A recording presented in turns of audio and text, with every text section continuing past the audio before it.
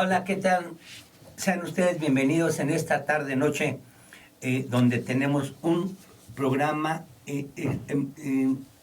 ustedes lo van a ver, es sumamente importante. Posiblemente, bueno, no posiblemente, se van a hacer 3 o 4 programas y les va a explicar nuestra expositora del día de ahora. El tema de hoy es la importancia de la teoría del delito en el proceso penal.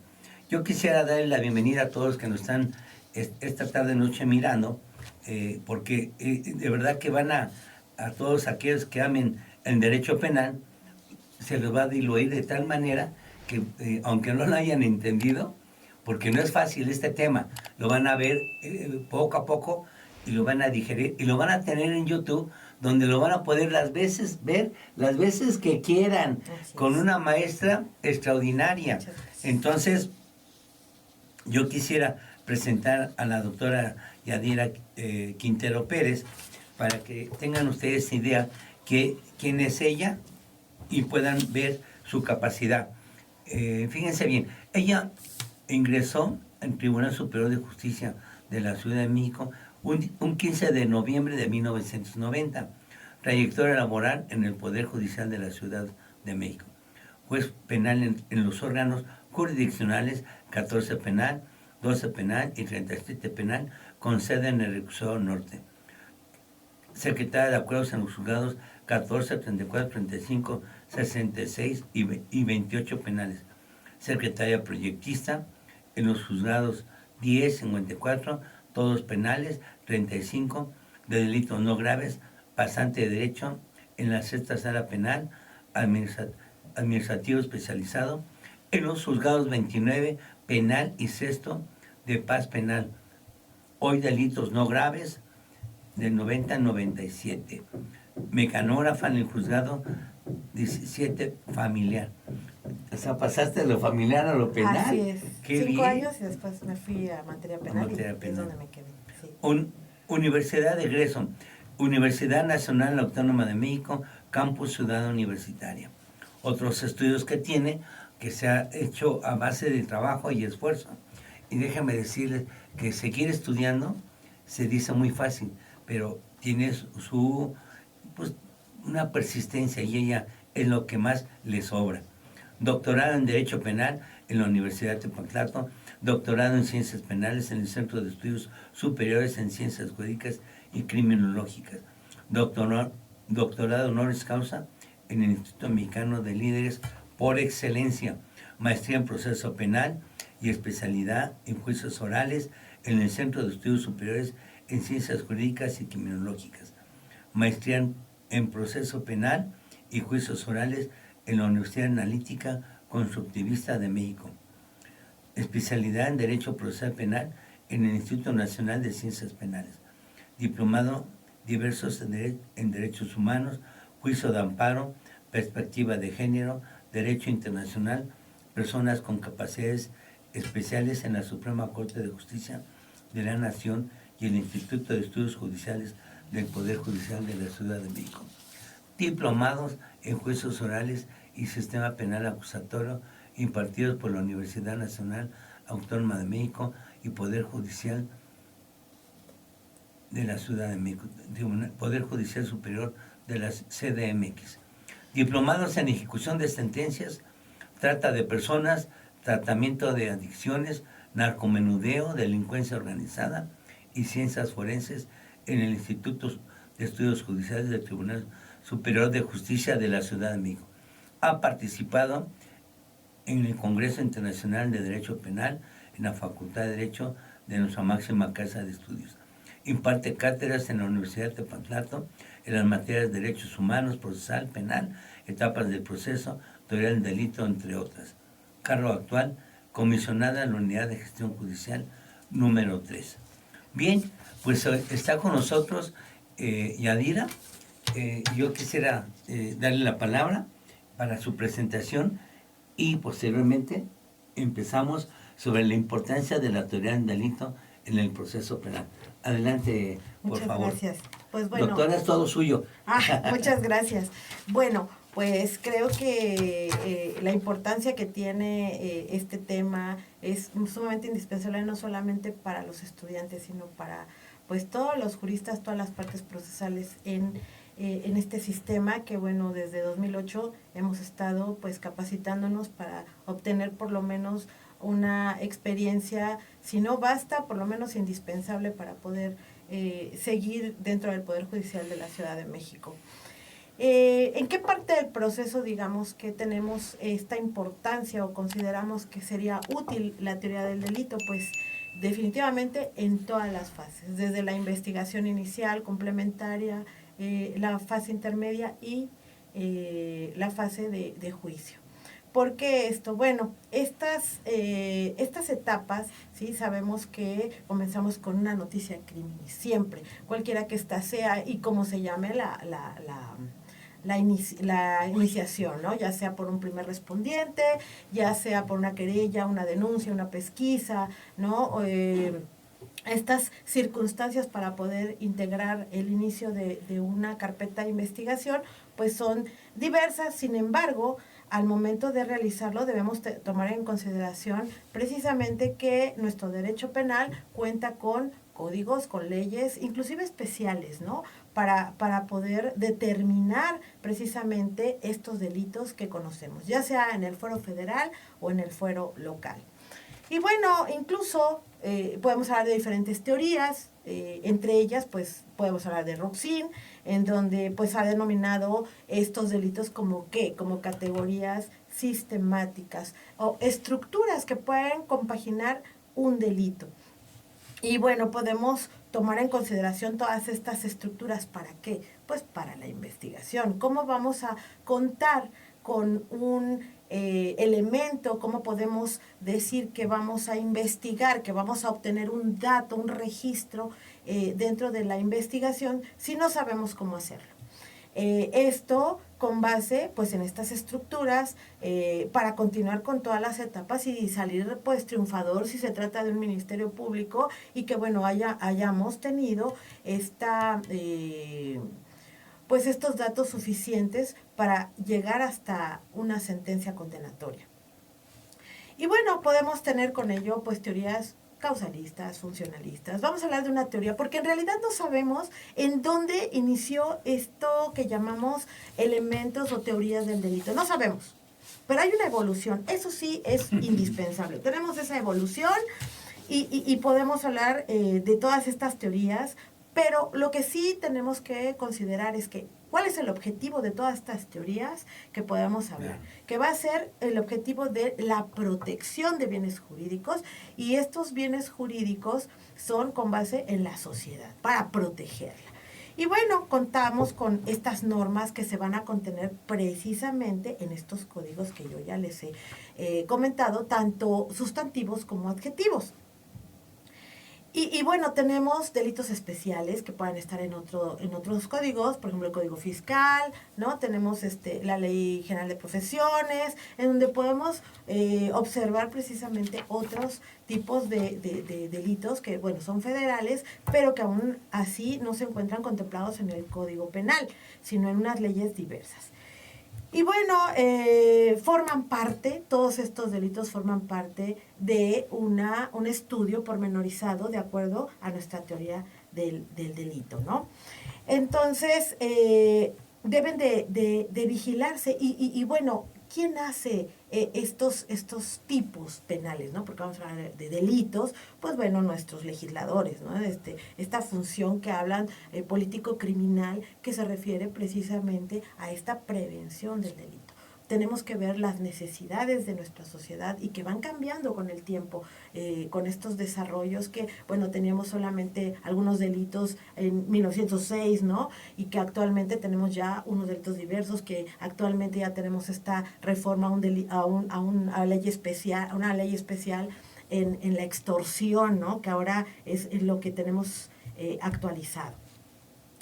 Deben vigilarse sobre todo esta función político-criminal. ¿Para qué? Pues para prevenir estas conductas, sobre todo, porque garantiza aquí el dominio de estas características específicas y que, bueno, si no las tuviéramos, pues no surtiría ningún efecto en nuestros códigos, ¿no? Entonces, empezamos, pues si hablamos de alguna teoría, pues desde 1906, que es Ernesto Veiling, en donde habla de estos elementos materiales, y bueno, vamos con estas controversias que se van dando hasta que llegamos a la teoría finalista de Metzger, en donde hablamos no solamente de estos elementos objetivos del delito, sino también subjetivos, normativos, incluso hablamos de un dolo, en donde hablamos de circunstancias psicoemocionales, la forma tan especial que puede estar cada individuo para poder cometer un delito. Entonces hablamos de agravantes, atenuantes, no solamente de tipos básicos. Y bueno, pues así podemos continuar, ¿no? Tomando en consideración precisamente la vida anímica de una persona, en donde su objetivo principal precisamente es qué vamos a hablar, este hecho externo, cómo lo vamos a comprobar. Y para ello, pues necesitamos de estas teorías fundamentales, ¿no? Que podamos hablar de heptatómica, tetratómica, pentatómica, y la que tú quieras, ¿no? Pero vamos a hablar de que es un hecho, es una conducta típica, antijurídica, culpable, y también puede ser sancionable o punible. Entonces, bueno, yo me voy por esta teoría en donde pues tenemos que hablar de estos elementos y que estos elementos nos llevan al artículo 29 del Código Penal, que habla de las exclusiones del delito, ¿no? El código en sí no nos dice que tenemos que estudiar la teoría del delito, pero sí nos habla en sí de estos elementos, en todo caso típicos, ¿verdad?, de cada uno de los delitos, ¿no? Entonces, para hablar de esta exclusión del delito, tenemos que hablar de elementos positivos y de elementos negativos del mismo. Y bueno, aquí dentro de la investigación, pues tenemos, como yo les dije, la noticia criminis, el hecho delictivo. Tenemos a alguien que lo privaron de la vida, y bueno, ¿qué vamos a hacer con estos hechos cuando se denuncia esta noticia criminis? Tenemos que investigar, tenemos que llegar con base a lo que dice el 20 constitucional, apartado A, que vamos a esclarecer los hechos y vamos a tener como objetivos que el culpable no quede impune, que se proteja al inocente y sobre todo que se repare el daño, cualquiera que sea el delito. Entonces vamos a verificar qué hallazgos tenemos, y ahí es donde entramos precisamente a estas técnicas de investigación, cadena de custodia, todo lo que es el resguardo de los elementos, ¿verdad?, de lo que tenemos hallazgos, vestigios en el lugar del hecho o en el lugar del hallazgo. Y bueno, ¿qué vamos a hacer? Bueno, tenemos este homicidio, empezamos a hacer un segmento fáctico de lo que ocurrió. Y ahí es donde empezamos con el primer elemento de la teoría del delito, que es la conducta. ¿Cómo vamos a hablar de esa conducta si no tenemos fecha, hora, lugar, modo en que se realizaron los hechos? Tenemos esa conducta, tenemos que desglosarla, y ahí vamos a hablar precisamente de algún segmento fáctico, cómo ocurrió. Y que bueno, si lo plasmamos cuando ya estamos judicializando una carpeta, pues hablamos de la formulación de imputación. ¿Cómo lo vamos a hacer si no tenemos estos hechos?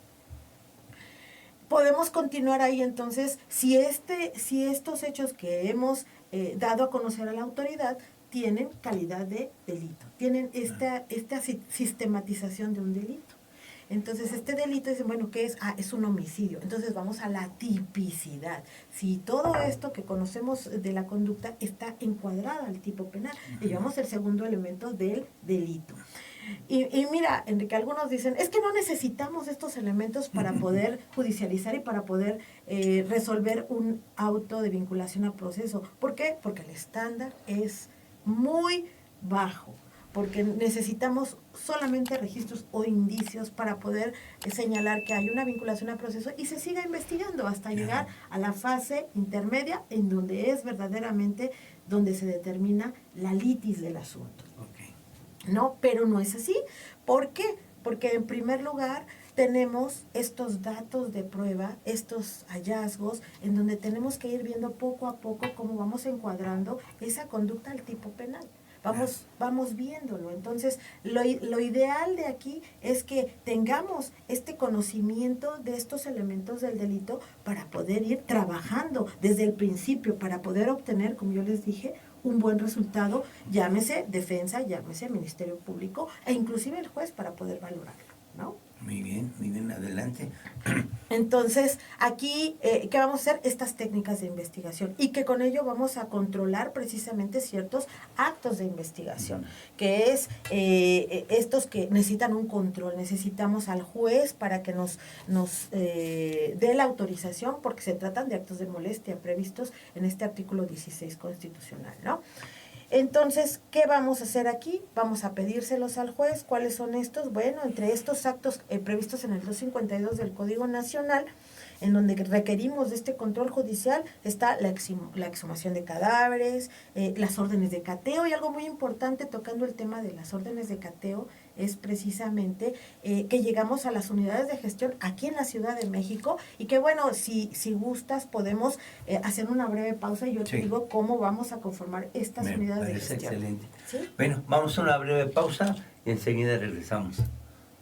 La Universidad Tepantlato tiene como objetivo fundamental lograr que los estudiantes sean líderes humanistas, obteniendo una formación profesional exigente y exhaustiva que garantice su incorporación bajo las mejores condiciones en el mercado laboral, por lo cual cordialmente se les invita a inscribirse en nuestro plan de estudios de doctorados, los cuales son: Doctorado en Derecho Civil, el cual tiene como objetivo formar expertos en desarrollo de investigaciones jurídicas, con talento para crear nuevos paradigmas en el derecho en materia jurídico-civil, siendo capaz de contribuir, a través de la investigación, al desarrollo del pensamiento jurídico e interpretar las disposiciones legales que rigen los actos jurídicos contemplados por la ley civil. Doctorado en Ciencias Penales, el cual tiene como objetivo formar expertos con estrategia y cultura jurídica para revisar, comprender y analizar los diversos fenómenos en materia penal, siendo capaz de proponer alternativas de solución a las problemáticas jurídicas y generar conocimientos innovadores en el campo de las ciencias penales. Doctorado en Derecho Familiar, el cual tiene como objetivo formar expertos en realizar investigaciones que ayuden a crear nuevos paradigmas en el derecho en materia familiar, alcanzando el nivel de conocimiento para contribuir al desarrollo del pensamiento jurídico universal y solucionar problemas jurídicos nacionales e internacionales en materia familiar. Doctorado en Derecho Constitucional, el cual tiene como objetivo formar expertos que realicen investigaciones de alto impacto, tanto a nivel teórico como social, con riguroso apego a los principios, valores y fundamentos constitucionales, siendo capaces de elaborar propuestas de solución mediante la interpretación del derecho constitucional en proyectos prácticos y que repercutan sobre la estabilidad social.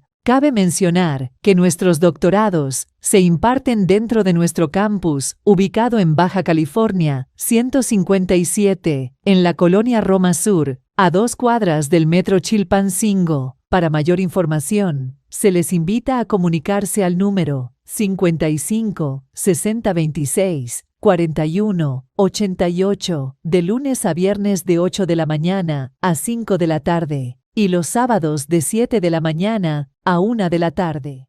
Bueno, estamos de regreso aquí, seguimos con el tema. Doctora, esto es interesante, y si no, se nos va el tiempo, porque no está tan fácil esto. No, y esa es mucha información, trato de resumirla lo más que puedo para que pues tengan las bases nada más y podamos seguir pues estudiando, ¿no? Porque es un sinfín de aristas, cuestionamientos para poder llegar pues a un buen juicio, digamos, cuando eso se pierde, porque pues tenemos medios alternos de solución y que pueden ser también importantes para, ya teniendo este tipo de datos de prueba para poder pues mediar con las partes, ¿no? Bueno, estábamos con lo de los actos de investigación que requieren control judicial como partes de las cuestiones de técnicas de investigación. Y dentro de estas exhumación de cadáveres que requieren de estos actos, intervención de comunicaciones, la toma de muestras cuando pues las personas que van a requerirlas están en desacuerdo para poder tomarlas, el reconocimiento de esta persona también. requieren de estos actos y las órdenes de cateo sobre todo. Entonces, aquí como yo les retomaba en nuestra plática, tenemos en la Ciudad de México una unidad especializada en órdenes de aprehensión, actos de investigación y cateos, que es la Unidad de Gestión Judicial número 12. Esta unidad se especializa en este tipo de actos. ¿Por qué? Porque son muy importantes. No todas las unidades conocen de este tema, solamente estos. ¿Por qué? Dentro de lo que conocemos como las formas de detención, entre ellas se encuentra el caso urgente, que era antes. Nos decía que se actualizaba este caso urgente porque por la hora no teníamos esta posibilidad de poder solicitar una orden de aprehensión. Actualmente, pues esta figura jurídica no se actualiza. ¿Por qué? Porque esta unidad de gestión judicial pues está 24/7 los 365 días del año. Entonces no se da este requisito y podemos en cualquier momento solicitar orden de aprehensión, podemos solicitar algún acto de investigación e inclusive estas órdenes de cateo, ¿no? En el 24 tiempo, horas. Son 24 horas, sí, bueno. Están todo el día, toda la noche. Tienen guardias, tienen jueces que están las 24 horas y van turnándose, ¿no? Sí, claro, porque pues sería algo inhumano tener nada más a uno haciendo lo mismo, ¿verdad? Sí, claro. Y bueno, esto es importante porque, bueno, vamos a pedirle al juez precisamente estos actos con base en que, tenemos que decirle, tenemos que revisar cuáles son nuestros argumentos, nuestra motivación para poder pedirle este tipo de datos de prueba, ¿no? Entre ellas puede ser también un congelamiento de cuentas, entre ellas puede ser también una investigación de documentos a la Comisión Nacional Bancaria, que esto pues es una cuestión de secreto, es un acto de molestia. Entonces, si necesitamos este tipo de actos, ¿cómo vamos a encontrar esta luz al final del túnel, digo yo, para poder pedirlos? Bueno, pues tenemos esta base que es la teoría del delito, tenemos una conducta, sí, ya tenemos esta noticia criminis, tenemos nuestro segmento fáctico, sí encuadra en el delito, por ejemplo, de fraude. Y dentro de estos, ¿qué tenemos que investigar para llegar a referir que la hipótesis de engaño que se hizo de un lucro indebido, no solamente para él, sino para una tercera persona? Dentro de estos datos podemos ver que necesitamos las cuentas bancarias, ¿no? Tenemos que ver a dónde fue el dinero, ¿no? Yo le presté dinero a transferencia interbancaria, tenemos que pedir esta solicitud del acto de investigación. Las entrevistas hacia personas, pues no le requerimos, esas son formas de que no requerimos de un control judicial y podemos recabarlas también. Pero más que nada hay delitos como el que estoy mencionando, que es muy importante, todas las documentales. Ahí es donde tenemos que probar que sí le dimos algo, que nos dio algo, que nos prometió algo y que definitivamente por medio de este engaño o de un error en el que me hallé, yo tuve un detrimento patrimonial. Claro. Entonces debemos de consolidar estas circunstancias, ¿no? Y le pedimos al juez esto. ¿Qué otro? Hablando precisamente de exhumación de cadáveres o hablando de órdenes de cateo, cuando hablamos de narcomenudeo. Sí tenemos esta investigación de policía en donde tenemos la noticia criminis de que en un lugar están vendiendo estupefacientes, como se llame, ¿no? Barbitúricos. Y ya con esta noticia criminis empezamos a investigar. Policía de investigación va y dice, ¿saben qué? Si es cierto, van, entran, vienen, y con base en ello le dicen al juez, ¿sabes qué? Mira, tenemos este inicio de la investigación por el delito de narcomenudeo, en su calidad de ¿qué? De suministración, de venta, de comercialización, y estamos viendo que Policía de Investigación nos está dando estos datos de prueba. Necesitamos recolectar esta investigación, entrar y ver si efectivamente encontramos algún hallazgo, algún vestigio relacionado con el delito. Y pedimos, con base en todos los requisitos que nos da el Código Nacional, este acto de investigación, entramos y al momento de entrar, pues encontramos báscula gramera, pues sí, cocaína, todo lo que pudiéramos encontrar con la finalidad de que, pues de acreditar este delito, ¿no? Entonces, ya tenemos este elemento típico y tenemos que corroborarlo con elementos o datos de prueba, que es lo que yo estoy explicando. Teniendo estos dos datos es tan importante porque ya tenemos este hecho con apariencia de delito y tenemos la participación de alguien, ¿no? Y los datos de prueba que nos señalan esto. Es un estándar muy, muy básico, muy elemental para poder decirle al juez posteriormente que judicialice, ya sea con base en una orden de aprehensión, ya sea si es con detenido, pues para efecto de formular esta imputación, como nosotros le decimos el combo, que es la detención, retención, la formulación de imputación y la vinculación a proceso, ¿no? Doctora, estamos hablando de la etapa de investigación. Sí. Ante la Fiscalía. Ante la Fiscalía primeramente, presidente. Sí, claro. Esto, quiero que lo entiendan en lo que lo están viendo o los estudiantes, qué importancia es esta, que se lo expliquen de esta forma, porque es muy difícil que les expliquen así. Se lo estás dando como en una licuadora. Pormenorizado. Pormenorizado, sí. Pero que sepan qué es la etapa de investigación, sí, la Fiscalía. Efectivamente, la etapa de investigación es aquella que tiene como objetivo esta denuncia y el aportar datos de prueba para poder referir que hay un delito, que existe unos hechos con apariencia de un delito y la participación de alguien. ¿Para qué? Pues para poder judicializar. Tenemos que contar con datos pormenorizados, entre ellos, pues vestigios, hallazgos, dependiendo del hecho que se trate, y con ello llevarlos hacia el órgano jurisdiccional para poder judicializarlos. Pero esto es una, ¿cómo le dijera yo? Es una peregrinación de pruebas dentro de lo que es el inicio de esta investigación. A veces, pues, nuestros fiscales o están muy ocupados o tienen muchas carpetas de investigación, a veces no le tomamos esta importancia cuando, pues, las víctimas piden justicia, ¿no? Piden que se esclarezca el hecho, que se dé este delito, entre ellos puede ser una contra el cumplimiento de obligación alimentaria, claro. Y que a veces los ministerios públicos se tardan en integrarla porque pues no conocemos en un principio los hechos. En segundo lugar, ¿qué datos pueden hacerlo? Otra, pues la falta de personal, ¿no? Pero lo importante aquí es que a veces no conocemos cómo podemos compaginarla. Entonces, necesitamos primero contar si es un delito. Y esto, pues, lo recalco mucho porque se trata precisamente de este tema, ¿no? Esta teoría. ¿Por qué decimos algo? De verdad que algunos ustedes dicen, es que no necesitamos esto, mira, con que tengamos esto ya podemos hacerlo.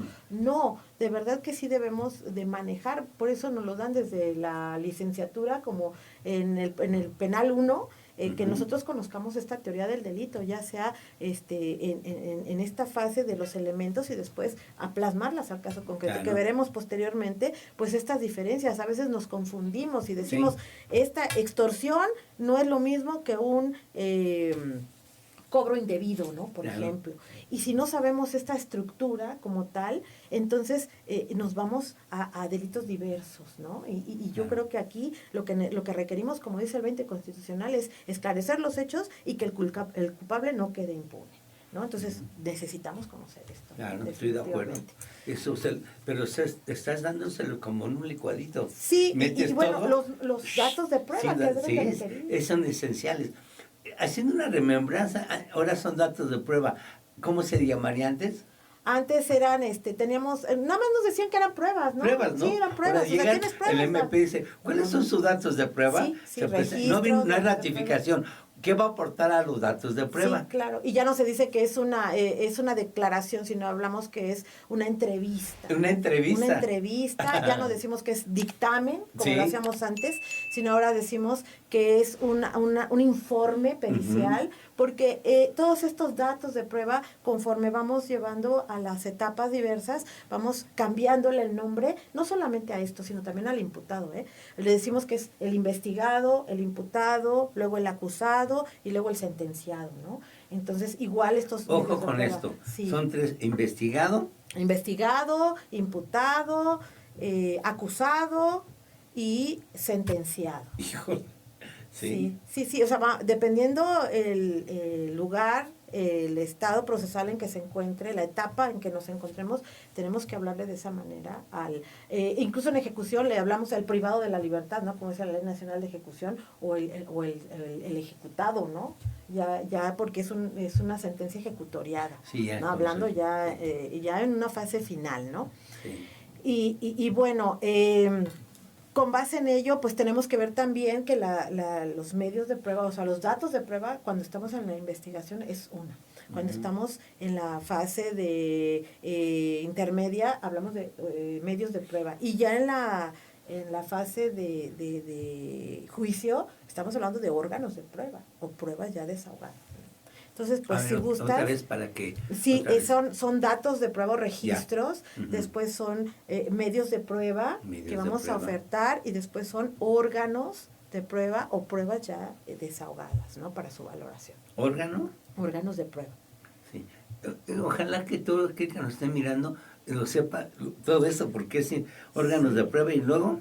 y las pruebas ya desahogadas, ¿no? Pruebas que desahogadas. son, sí, las pruebas como tal para valorarse. Es que está extraordinario esto porque la gente cree que es muy fácil esto. No, sí, tienes que contar con esas diferenciaciones. Con esa diferencia. Pues si quieres vamos a una pausa y enseguida regresamos. Gracias. La Universidad Tepantlato tiene como objetivo fundamental lograr que los estudiantes sean líderes humanistas, obteniendo una formación profesional exigente y exhaustiva que garantice su incorporación bajo las mejores condiciones en el mercado laboral, por lo cual, cordialmente, se les invita a inscribirse en nuestro plan de estudios de maestrías, las cuales son Maestría en Juicios Orales, la cual tiene como objetivo formar expertos en el campo del juicio oral, capaces de manejar las herramientas conceptuales, metodológicas y técnicas de litigación inherentes a sus procedimientos. Maestría en Derecho Civil, la cual tiene como objetivo que los egresados apliquen las normas que regulan los atributos jurídicos de las personas e integrar las disposiciones legales que rigen los actos jurídicos de los particulares contemplados por la ley civil, así como desempeñarse en las áreas de jurisprudencia y legislación para dar solución a las diversas problemáticas del ámbito civil, ejerciendo la adecuada procuración y administración jurídica en beneficio de la sociedad. Maestría en Ciencias Penales, la cual tiene como objetivo formar maestros expertos sumamente competentes para analizar las ciencias jurídico-penales y solucionar problemas relacionados tanto con la comisión de delitos como con la tipificación de las sanciones aplicables, de acuerdo con las normas que en materia penal existen. Maestría en Derecho de Amparo, la cual tiene como objetivo formar maestros juristas capaces de analizar, aplicar y transmitir el derecho de amparo con un sentido ético y humanista a través de los principios constitucionales y legales del juicio de amparo. Maestría en Derecho Familiar, la cual tiene como objetivo formar maestros de excelencia que observan los derechos humanos consagrados en la Constitución Política de los Estados Unidos Mexicanos, bajo la preferencia de normas internacionales en los procedimientos de la materia familiar. Cabe mencionar que nuestras maestrías se imparten dentro de nuestro campus, ubicado en Baja California, 157, en la colonia Roma Sur, a 2 cuadras del Metro Chilpancingo. Para mayor información, se les invita a comunicarse al número 55 6026 41 88, de lunes a viernes de 8 de la mañana a 5 de la tarde y los sábados de 7 de la mañana a 1 de la tarde.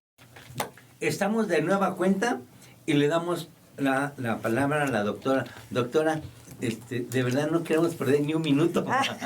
Muchas gracias. Sí. Pues bueno, nos estábamos refiriendo precisamente a esta etapa en la que pues tenemos que judicializar con base en estos datos de prueba y llevarlos al juez de control. Pero algo también importante que debemos conocer con base en la teoría del delito es precisamente el hecho de que con estas reformas que hubo, ya tenemos esta influencia como víctima, como parte del proceso, en donde pues si al momento de esclarecer los hechos, pues tenemos precisamente esa facultad de también aportar pruebas, de también solicitar que se vigile al Ministerio Público. Es un control, por eso es el juez de control. Y como es en el artículo 258, si nos presentan una denuncia, una resolución en donde haya un ejercicio de la acción penal, se vaya al archivo, está en stand-by, o de plano por negligencia del Ministerio Público no realice los actos de investigación que nosotros como víctimas, por así decir, lo estamos pidiendo, vamos con el juez de control y le decimos, a ver, quiero una audiencia en donde te voy a decir lo que pasa, algo que no tengo control yo, pero tú sí, sabes que el Ministerio Público está realizando mal estas diligencias, sabes que no las realizó con base en su objetividad y diligencia de acuerdo al 21 constitucional, no me realizó una cadena de custodia, me está, en lugar de ayudando, me está obstaculizando un acto de investigación. Entonces el juez dice, a ver, ¿qué está pasando aquí? A ver, ¿por qué no has hecho esto? ¿Por qué has realizado, te dijeron que realizaras y no lo has hecho? Entonces lo controla y le dice, tienes tanto tiempo para hacerlo valer, y de lo contrario vamos a iniciar una carpeta de investigación porque tú estás favoreciendo a alguien más o estás teniendo esta negligencia y estás contrariando a la administración o la procuración de justicia, ¿no? Entonces, algo muy importante. Qué bonito sonó todo lo que dijiste. Muchas gracias. Aquí la cuestión es que ese 258 es mágico, yo les digo que es como que nuestro botón de pánico de las víctimas para decir, ¿sabes qué? Algo está pasando aquí. Y queremos que no se cree impunidad, que efectivamente se repare el daño, que efectivamente se proteja al inocente y que además exista, que no exista impunidad, ¿no? Eso es lo más importante. Entonces, siento que es como un arbolito, que si tenemos unas raíces firmes, y eso nos decían desde antes, ¿no? Desde que yo estuve en la universidad nos decían, si ustedes tienen una buena averiguación previa en ese entonces y tienen bases, créanme que van a tener una resolución condenatoria. Si ustedes no lo tienen, puede haber duda razonable o, a final de cuentas, ustedes como abogados postulantes pueden obtener una libertad, ¿no? Aquí es, creo que lo mismo y creo que más porque ahora hay más tecnicismos. Sí, tenemos estos detalles, estas técnicas que deben de seguirse al pie de la letra, por ejemplo, la cadena de custodia, ¿no? Que ahí tenemos un manual que se dio con base en la sentencia de Digna Ochoa, que se reformó precisamente este formulario de cadena de custodia. ¿Para qué? Para que se logre hacer estas investigaciones, que se logre recolectar, que se logre llevar ante peritos para que puedan saber, de acuerdo a la criminalística, ¿verdad? ¿Qué pasó? ¿Cuál fue el hecho? La mecánica, ¿no? Entonces todo esto lo requerimos, aunque sea como informe, porque esto nos va a servir ya para el juicio que vamos a ver más adelante, ¿no? ¿Qué otra circunstancia? Las medidas de protección. Cuando hubo esta reforma para hablar con perspectiva de género, para referirnos de la sentencia de Campo Algodonero, hubo muchos cambios en nuestro país. Y dentro de ellos hablamos de estas medidas de protección que nos habla el Código Nacional. ¿Para qué? Pues por si está realizándose el delito, ya no exista, ya no haya más actos que logren poner en riesgo a la víctima, tratándose de una mujer que, bueno, finalmente la tenemos como una persona vulnerable, ¿no? Otra circunstancia es que estas medidas de protección puedan sacar entre varias hipótesis al que te está violentando, ¿no? De tu casa, por un plazo hasta de 3 meses, y que si continúa precisamente esta violencia, tenga que irse, pues tú la puedes ampliar por cada trimestre, puedes estarla llevando ante el juez para que te las puedas ir dando hasta que cese este riesgo, ¿no? Para la víctima. Tenemos estas medidas de protección que no solamente son para cuestión penal, también para civil, para medidas de protección en materia familiar, ¿no? Sí, hablando claro, pero sí. Si esto ya genera un delito, también esta noticia criminis debe de ir ante el Ministerio Público y precisamente pedir las medidas de protección con él y posteriormente, si son viables, llevarlas con el juez de control para que nos dé esta protección misma, ¿no? Entonces, bueno, este es algo súper novedoso. Después, Mira, tenemos aquí las medidas de protección que empiezan a partir del 137 y bueno, ya su duración ya nos dice posteriormente el 139 y referidos, ¿no? Entonces tenemos aquí alrededor de 10 medidas de protección, dependiendo del caso concreto, las circunstancias que se den, en donde puede haber desde la prohibición de acercarse, de comunicarse, de la separación incluso del domicilio en el que se encuentra, la vigilancia con policía, para que no venga esta persona y te agreda más, ¿no? Esta protección policial, el auxilio inmediato, inclusive de localizar al traslado de las víctimas a albergues, si es que se considera necesario. Y bueno, esto también se da con base en una audiencia en el juez de control. Las damos de primera mano, se conceden porque pues está en un riesgo, y posteriormente en la audiencia mandamos traer con base en el principio de inmediación, de que estén las partes para que puedan defenderse, ¿no? El que dicen este juicio, que puedan estar oídos y vencidos, ¿no? Y bueno, aquí ya viene el posible agresor y dice, bueno, si es cierto, no es cierto, le dejo sacar sus cosas o no, pero con base en ello podemos ratificar, podemos ampliar o podemos negar propiamente dichas estas medidas de protección de acuerdo al caso concreto. Digo, en mi labor como juzgadora en algún momento, sí me llegaban pues asuntos bastante drásticos, y también asuntos en los que únicamente pues estaban mintiendo, ¿no? Con finalidades lucrativas, para efecto de pues de obtener alguna cuestión, y que nosotros nos vemos como con bandera de cobro o como bandera de a ver a quién le damos la razón, ya en otras áreas, ¿no? Y bueno, nos damos cuenta con la experiencia y decimos sí, estas sí merecen estas medidas de protección o no, ¿verdad? Que de verdad que son muy, muy interesantes, porque aquí es donde tenemos precisamente este apoyo. En algunas ocasiones, de verdad, yo hago el llamado sobre todo a los fiscales, a los ministerios públicos, pues de que procuren no revictimizar a las personas, sobre todo cuando se tratan de delitos pues de verdad sensibles, ¿no? Que tienen como consecuencias cuestiones psicoemocionales, ¿no? Y que pues el hecho de decirles o de señalarles que pues no es ahí, que no es el territorio, que vayan a otro lado, pues yo creo que no les cuesta nada de que los declaren y mandarlo a la coordinación territorial que les corresponda, ¿no? Para efecto de que la señora se sienta, o de la persona que está denunciando. ¿A qué te refieres, coordinación territorial? Sí, porque mira, tenemos estas delegaciones, estas 16 delegaciones, en donde pues cada una tiene su coordinación territorial. Estamos en Benito Juárez, en Iztacalco, Iztapalapa. Entonces, si yo de aquí me salgo y que estamos en la delegación, la alcaldía Cuauhtémoc, nos dicen, ¿sabes qué?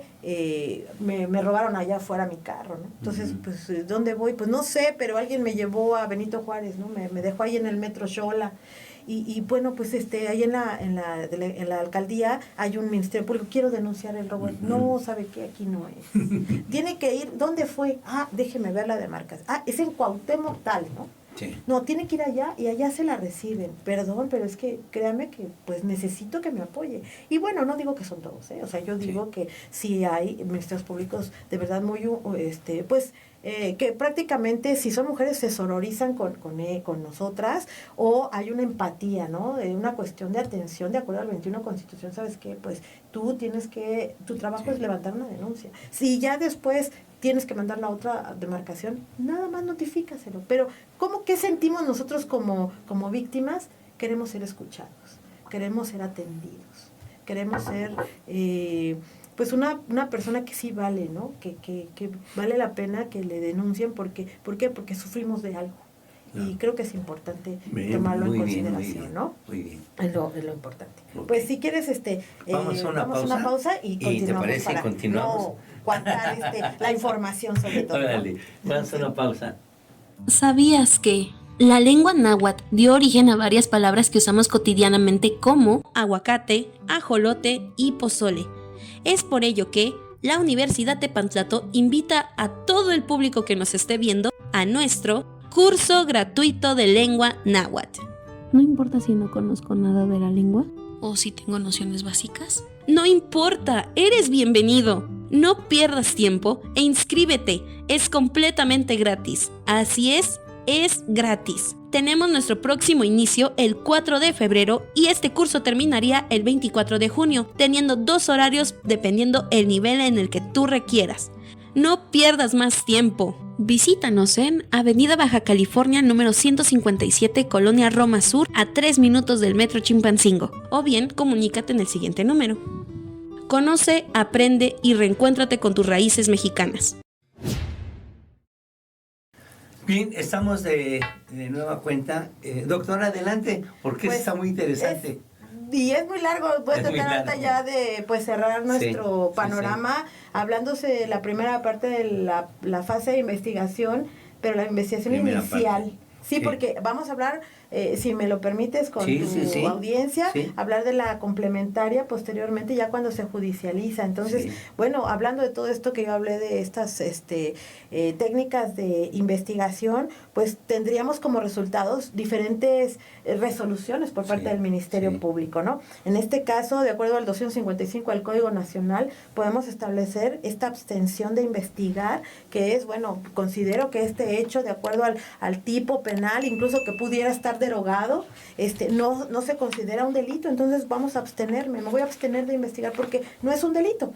Entonces, el hecho de que tenga un archivo temporal, ¿por qué motivo? Pues porque no tengo todos los elementos, todos los datos de prueba referidos que me has dicho, no los tengo, es más, no tengo ni quién habrá realizado esta conducta, que sí puede ser con apariencia de delito, pero no tengo quién la realizó. Claro. Entonces, tengo que seguir investigando o dejarlo en el archivo temporal porque ya no tengo más pruebas, más datos de prueba para poder continuar. El no ejercicio de la acción penal, ¿por qué? Porque descubrimos, pues que efectivamente no existe este delito. En realidad, con estos datos me aparece que hubo un excluyente del delito, que no puede ser factible, que no puede ser sancionable incluso referente a la punibilidad. ¿Por qué? Pues bueno, porque en un homicidio culposo la mamá mató al hijo en un hecho de tránsito terrestre. Entonces no es sancionable, se llaman condiciones objetivas de punibilidad y bueno, no puede ser sancionable, ¿no? Y en ese sentido la pena que tiene ella es suficiente, entonces determino el no ejercicio de la acción penal, ¿no? Otra situación puede ser el hecho de que hay un perdón, existe un perdón previamente, y entonces hay un no ejercicio de la acción penal y un sobreseimiento como consecuencia. Podemos contar con un acuerdo reparatorio también, tratándose de delitos que se le llamamos numerus clausus, ¿no? Todos los culposos que no sean graves, porque si son graves, entonces pues ahí sí hay una sanción y tienen que llevarse a cabo en todas sus fases, ¿no? ¿Por qué? Porque tienen el influjo de estupefacientes, de narcóticos, porque se dieron a la fuga, porque no auxiliaron a la víctima, ¿no? Son estas 3 circunstancias, como yo les dije al principio de esta plática, que podían deformar, podían consolidar o no el tipo básico de acuerdo a las calificativas, entonces, o las atenuantes o las agravantes, ¿no? Entonces, contamos con el no ejercicio de la acción penal o los criterios de oportunidad, que dice, bueno, pues miren, se robó un pollito, ¿no? Pues tenía hambre, ¿no? Que decíamos nosotros el robo famélico, ¿no? Pues, pues mira, pues ya no creo que es más lo que me voy a gastar con el Estado en consignarlo que en prácticamente perdonarlo, ¿no? Sí. No decirle que no es sancionable. Entonces, hablamos de ciertos criterios de oportunidad y que todas estas resoluciones, Enrique, tenemos manera de poderlas impugnar. ¿Sí? ¿Por qué? Porque, bueno, tenemos ese artículo 258 que yo te dije, y si no estoy de acuerdo como víctima, puedo decir, ¿sabes qué? Entre otras que yo les dije que era la negligencia o la falta de investigación, puede ser también estas resoluciones, ¿no? Que podemos llevarlas ante el juez de control y con ello ver si efectivamente estaba en lo correcto o no el agente del Ministerio Público. Y bueno, la última que tenemos y que la vamos a dejar así como que en stand-by, el hecho de que podamos judicializar, de que sí exista este ejercicio de la acción penal y que puede ser 3 maneras, ¿no? Con detenido y sin detenido, ¿no? con detenido hablando de flagrancia y todas todos sus equiparamientos de la flagrancia, ¿no? Que antes le decíamos cuasiflagrancia. Ya hablábamos de esa cuasiflagrancia. ¿Por qué? Pues porque no lo agarrábamos en el momento del hecho, sino también una vez que lo estaban persiguiendo, que no lo perdimos de vista, que le encontramos objetos del delito, que encontramos el señalamiento de las personas ofendidas, ¿no? Claro. Que son se equiparan, ¿no? a esta detención, y que con ello podemos judicializarla, ¿no? Con detenido.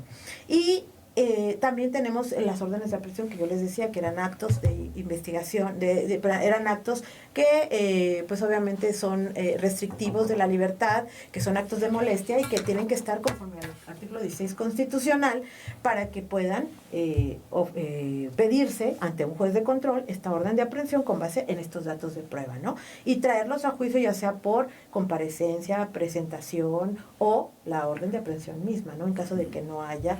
Y bueno, hablaremos también de estos delitos que tienen la prisión oficiosa, que bueno, aquí pues sí hay muchas aristas, hay mucho descontento porque la Corte Interamericana pues emitió 2 sentencias en contra de México, entre ellas es Zompantle y Axtle, en donde hablan que no puede existir una prisión preventiva oficiosa. Sin embargo, con la reforma de 2024, pues nuestra Suprema Corte, nuestros legisladores pues hablan de que pues mientras esté en el Código y esté en la Constitución, tenemos que hablar de la oficiosa. Muchos juzgados de distrito están en descontento, sí, efectivamente. ¿Por qué? Porque yo creo que, ¿cómo se arreglaría esto? Fíjate, algo tan sencillo y que creo que nuestros legisladores deberían de observar. Efectivamente, hay delitos por impacto social que no pueden estar libres. Sin embargo, debe de existir este principio de contradicción entre las partes para poder realizar por qué va a estar adentro, por qué va a estar privado de la libertad. Entonces, ¿qué les cuesta darles esa audiencia para que puedan debatir la prisión? Bueno, entre otras que tiene el 155 en un momento dado, ya que estamos y que hablaremos posteriormente de las medidas cautelares, y que la última pues es la prisión preventiva, ¿no? Justificada.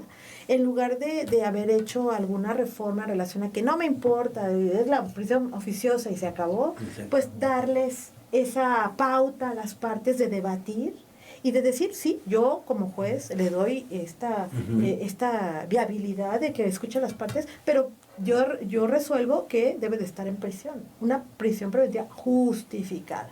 Y con ello, mira, tendríamos santa paz con todas las partes procesales, tanto con la cuestión social, la política social, ¿sí? La sociedad en sí, como con las partes en sí en el proceso. Y los jueces también estarían más tranquilos.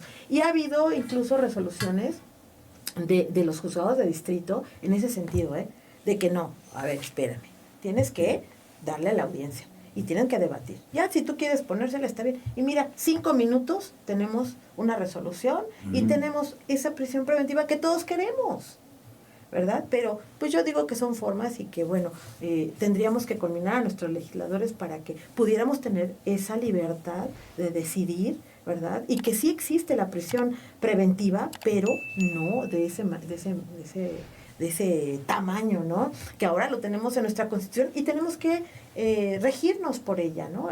Que hablamos ya de supremacía constitucional cuando antes era bloque constitucional, sí, ¿no? Que eran a la par. Pero pues bueno, oye, yo ahí... sí. Para que la gente no esté... hablaste de la prisión oficiosa. Sí. Es muy interesante esto porque hay mucha gente que no está de acuerdo. No debe de ser eso. ¿Qué nos puedes decir? ¿Cuál fue la causa que se hizo el principio? O sea, esa presión preventiva oficiosa. Bueno, eso ya lo tenemos desde mucho antes, Sí. Tenemos desde el código del 22 y del que tuvimos cuando se reformó todo el código me parece que fue en 2000, si no mal recuerdo, 99-2000, que hubo hasta supresión de tipo, etcétera, porque hubo otro código diferente. Sí hablábamos de un catálogo, Este catálogo estaba en el diccionario constitucional y estaba en el Código de Procedimientos Penales en aquel entonces. Entonces, todo lo que teníamos en catálogo decíamos que era un delito grave y que por eso estaba dentro de estos supuestos. Y bueno, digo, habrá mucha audiencia joven, pero cuando hubo esta supresión de tipo por estas circunstancias que decíamos que era delito grave, era el artículo 371, párrafo tercero del Código Penal, que hablábamos del robo específico calificado, que era que no importaba lo que te robaras, pero si era con violencia, el delito era grave. Vámonos, ¿no? Hubo esta supresión de tipo y bueno, se tuvo que moldear, se tuvo que tipificar en el delito de robo agravado, y con ello pues muchas personas salieron. Y después dijimos, no, ahora es la media aritmética, que es el mínimo y máximo de la punibilidad dividido en la mitad. Entonces ya tenemos un delito grave y también requería prisión preventiva oficiosa. Y con esta reforma nos hablamos de los catálogos que desgraciadamente no todos los delitos estaban ahí. Por ejemplo, los delitos, el feminicidio. Entonces, ¿cómo los legisladores lo quisieron pues remendar? En un parrafito decía, cuando se haga un delito con violencia, entonces sí. Entonces, el feminicidio, ¿no? Pero en realidad había una laguna ahí, ¿no? Y bueno, después se dio esto de la prisión justificada con las medidas, con estas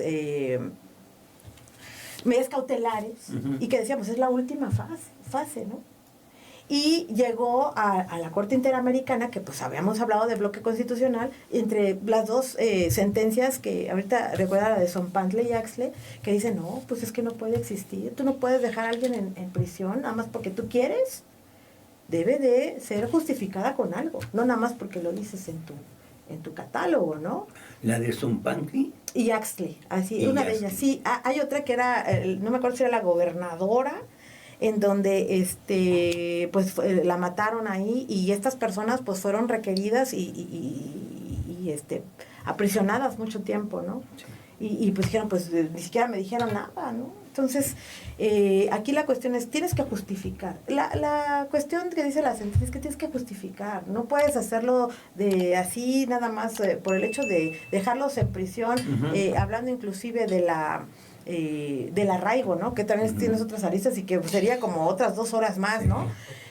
No puedes hacer eso.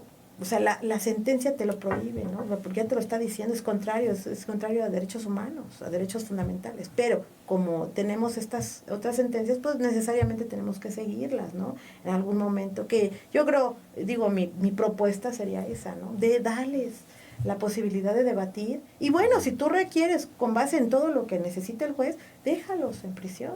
Pero ya tenemos un justificante, claro, y no atentamos en contra de los derechos fundamentales. Sí, ¿no? Sí, claro. Y bueno, pues no sé si tengas alguna otra situación. Sí, rápidamente, a mí me gustaría que todo esto está en el código, ¿sabes? Sí. Pero no tienes algo que recomendarles que lo lean por pues fuera. En principio sí, claro que sí. En principio tengo hay todas las sentencias de la Corte Interamericana son buenísimas para podernos ilustrar. Tenemos ahorita 18 en total, que nos pueden servir mucho, no solamente para la investigación, sino para el juicio, para la cuestión de la detención, para la cuestión de realizar precisamente si se acredita o no un delito y por qué, ¿no? ¿Esas son jurisprudencias? Son jurisprudencias de la Corte Interamericana. Son las sentencias que ha dado la Corte Interamericana en contra de México. Actualmente llevamos 18.